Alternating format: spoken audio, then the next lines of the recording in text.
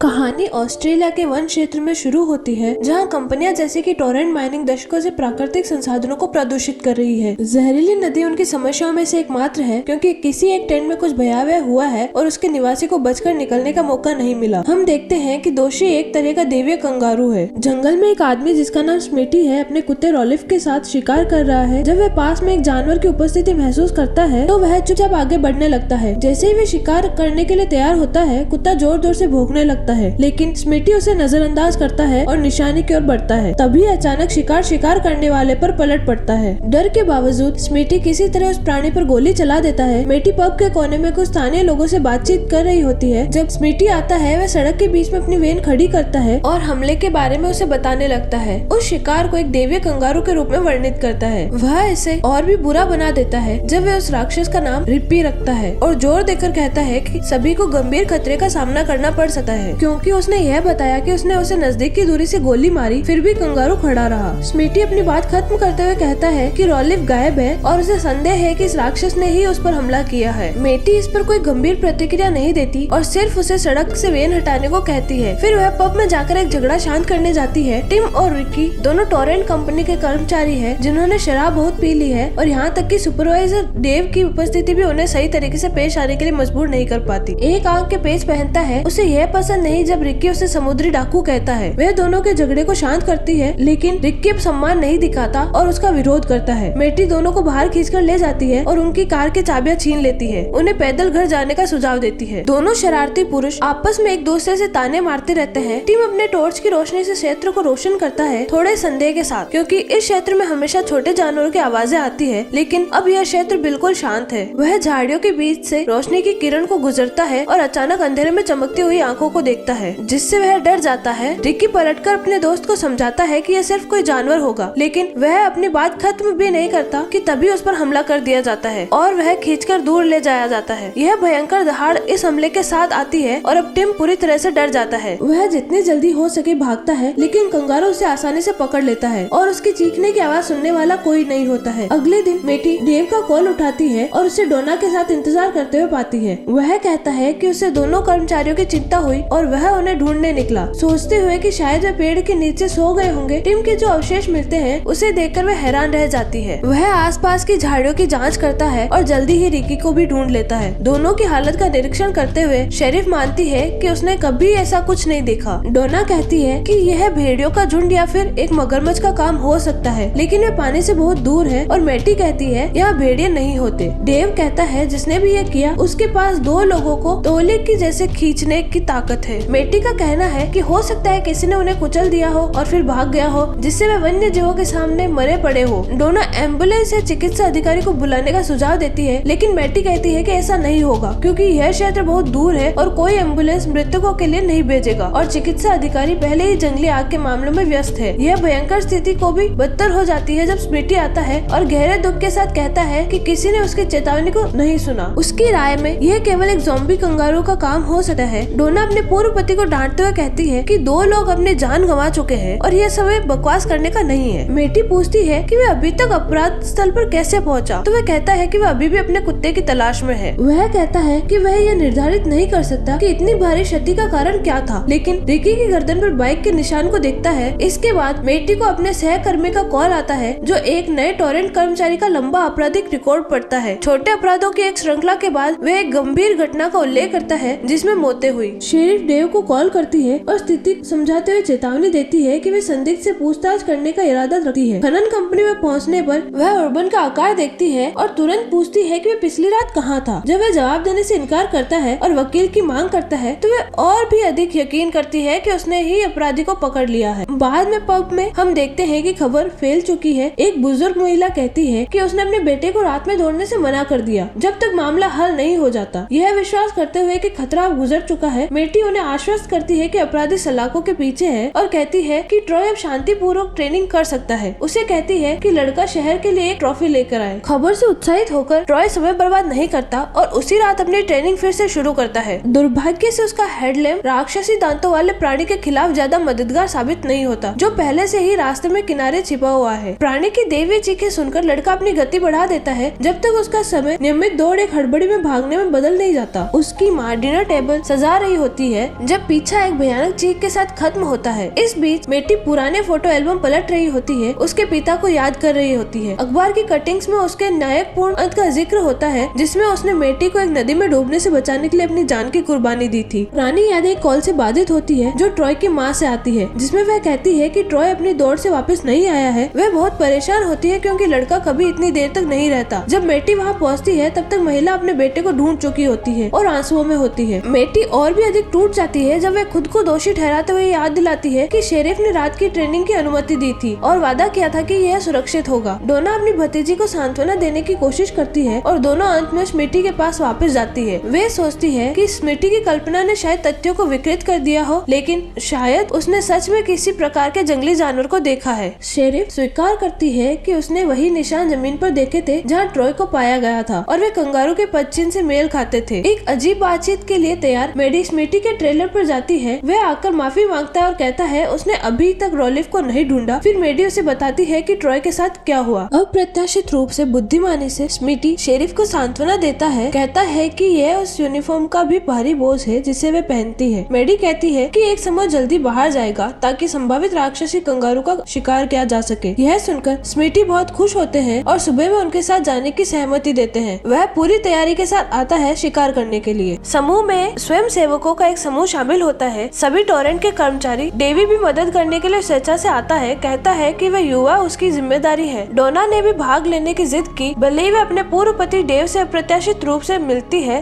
Dave और बाकी लोग जिप द्वारा एक दिशा में जाते हैं जबकि मेडी दूसरी दिशा को कवर करती है। बीच में पूर्व जोड़ी है। दोपहर के मध्य में मेडी परिणामों के बारे में निराश होने लगती है और तीनों स्मिटी के खर्राटे पर हंसने लगते हैं, जो जल्द ही उठकर अपनी सफाई देने आते हैं। जैसे जैसे अंधेरा होने लगता है मेडी चेतावनी देती है कि यह आखिरी स्टॉप है, फिर वापस मिलने के स्थान पर लौटने से पहले। फिर हम देखते हैं कि वे कैंपिंग क्षेत्र के पास पहुंचने वाले हैं। स्मिटी ने यह भी कहा कि वे उस जगह के पास है जहाँ मेरे की मौत हुई थी। तभी तीनों को कुछ चुपचाप हिलने की आवाज आती है और वे जांच करने के अलग हो जाते हैं। मेडी अंततः उस तंबू को खोजती है जिस पर हमला किया गया था। डेव का समूह पहले ही वापस लौट रहा होता है जब उनमें से एक जानवर देखता है और गोली चला देता है। चारों बाहर जाकर जांच करते हैं और गिरी हुई गाय पाते हैं। वह लड़का कहता है कि वह पहले हिल रही थी, लेकिन लड़की जेनी को यह विश्वास करना कठिन लगता है क्योंकि उसके पेट पे एक बड़ा घाव है। डेव को चिंता होने लगती है और वह बाकी लोगों से कहता है कि वे शांत रहे और अपनी टॉर्च बंद कर दे। एक लड़का पूछता है क्या उसने कुछ देखा, तो डेव कहता है यह मुद्दा नहीं है। वह डरता है कि कुछ उन्हें देखेगा। फिर भी वह समूह को अलग करने का फैसला करता है और उन्हें अलग अलग दिशाओं में भेजता है। जो भी कुछ देखे उसे बाकी लोगों को शोर करके बताना चाहिए। कैंपिंग क्षेत्र पर तीनों दूषित नाले तक पहुंचते हैं और स्मिटी कहता है कि यह पानी बीस्ट की गंध दे रहा है। गंध इतनी तीव्र थी कि अन्य दो ने उसका विरोध नहीं किया और डोना का कहना है कि इसका संबंध बाढ़ से रिसाव से होना चाहिए। उसी समय डेव का समूह वे खोजने वाला है जो वे खोज रहे हैं। उनमें से एक व्यक्ति अचानक हमला कर दिया जाता है और अन्य उसकी मदद के लिए दौड़ पड़ते हैं। जेनी कंगारू को अपने सहयोगी को खाते हुए देखकर भयभीत हो जाती है और तुरंत प्राणी पर गोली चलाती है, लेकिन गोलियों का असर नहीं होता और म्यूटेंट कंगारू दूसरे आदमी को मार देता है, जिससे जेनी के पास भागने के अलावा कोई विकल्प नहीं होता। डेव अभी भी जिप के पास खड़ा है जब जेनी आती है। उछलता हुआ राक्षस उसका पीछा करता है और हर छलांग के साथ दूरी कम करता है जब तक कि अंत में वह अपने शिकार को नीचे नहीं गिरा देता। युवाओं का राक्षस होने की सारी बातें खिड़की से बाहर चली जाती है और अब डेव केवल अपने आप को बचाने के बारे में सोचता है। वह जिप में भाग जाता है जबकि जेनी का सेवन किया जा रहा है और डर के मारे गाड़ी चलाता है। कंगारू की धमकी भरी दहाड़ वह शिविर क्षेत्र के पास पहुंच रहा है जब प्राणी जिप पर हमला करता है, जिससे दुर्घटना होती है। मेडी और अन्य दो लोग दुर्घटना देखने के लिए दौड़ते हैं। जब वे पहुंचते हैं तो जिप पलट जाती है और डेव एक धागे से जीवित रहता है। मेडी अभी भी उसे बचाने की कोशिश करती है, लेकिन डोना देखती है अब और कुछ नहीं किया जा सकता। एक और नुकसान से बहुत व्यथित होकर शेरिफ कार में लौटता है और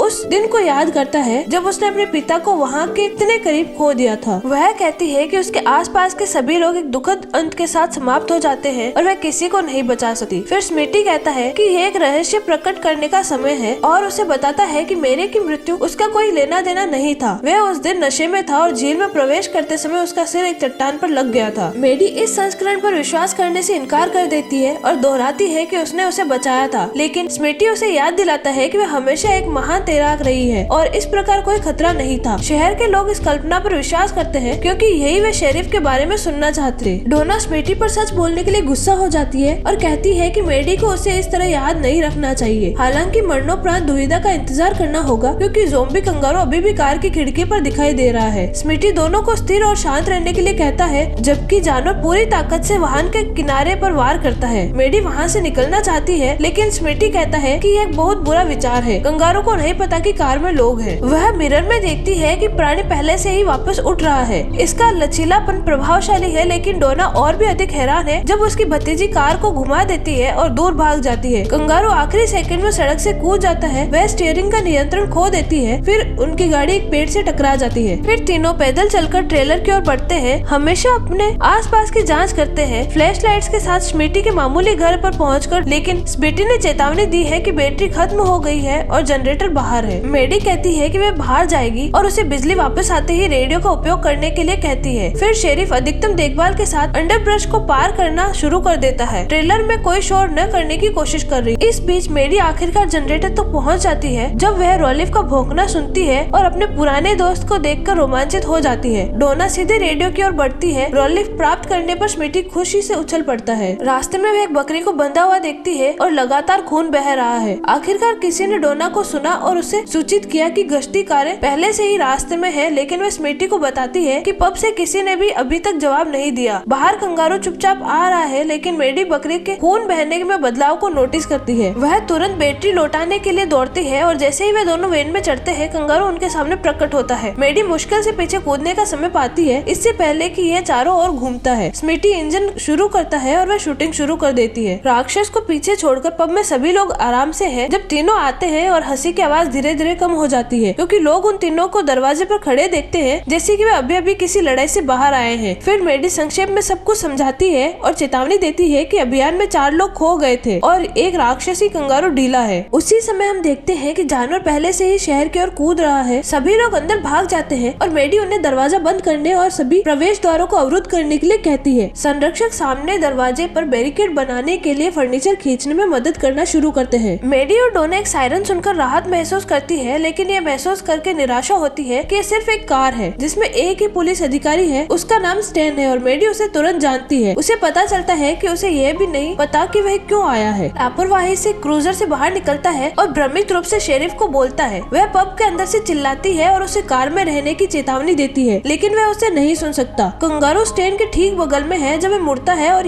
हर कोई भयभीत होकर देखता है कि वह अपने भयानक अंत से मिलता है। कम से कम उसके नुकसान से पब के संरक्षकों की जागरूकता बढ़ जाती है, जिससे स्थिति की गंभीरता में कोई संदेह नहीं रहता। फिर प्राणी सामने के दरवाजे पर चार्ज करना शुरू कर देता है, जिससे सामान्य आतंक पैदा होता है। जबकि स्मिटी सभी को बेसमेंट में निर्देशित करता है, रोलिफ को नहीं भूलना। मेडी बस काउंटर के सामने बैठी है। मेडी डोना को छुपने के लिए कहती है और अपरिहार्य टकराव की प्रतीक्षा करती रहती है। स्मिटी ही एकमात्र है जो उसके साथ रहता है जब फर्नीचर टूटने लगता है। दोनों अभी भी ढेर को पकड़ने की कोशिश करते हैं, लेकिन कंगारू जल्द ही दरवाजे से फूट पड़ता है और प्रवेश करता है। मेडी और स्मिटी काउंटर के पीछे रेंगते हैं जहाँ डोना छुपी हुई है। जब राक्षस उन्हें सूंघने लगता है तो स्मिटी इसे एक वस्तु को दूर फेंकने कर विचलित करने की कोशिश करता है, लेकिन फिर रोलिफ भौंकना शुरू कर देता है और उन्हें पता चलता है कि लोग बेसमेंट में सुरक्षित नहीं हैं। दुश्मन को हैरान करने के लिए दृढ़ संकल्प वह काउंटर के पीछे से बाहर निकलती है, यहाँ तक कि राक्षस की एक आंख भी निकालने में सफल होती है। डोना अपना ध्यान आकर्षित करने के लिए जोर से घंटी बजाने लगती है, जबकि स्मिटी मेडी को कुल्हाड़ी देता है। वह जब तक मारती रहती है जब तक कि उसकी दूसरी आंख बंद नहीं हो जाती। तीनों गले मिलते हैं और लोग बेसमेंट से बाहर निकलने लगते हैं, जबकि रोलिफ निष्क्रिय शव को सूंघता है। अगले दिन जब चीखें शुरू होती है तो रुबेन अपने सेल में होता है।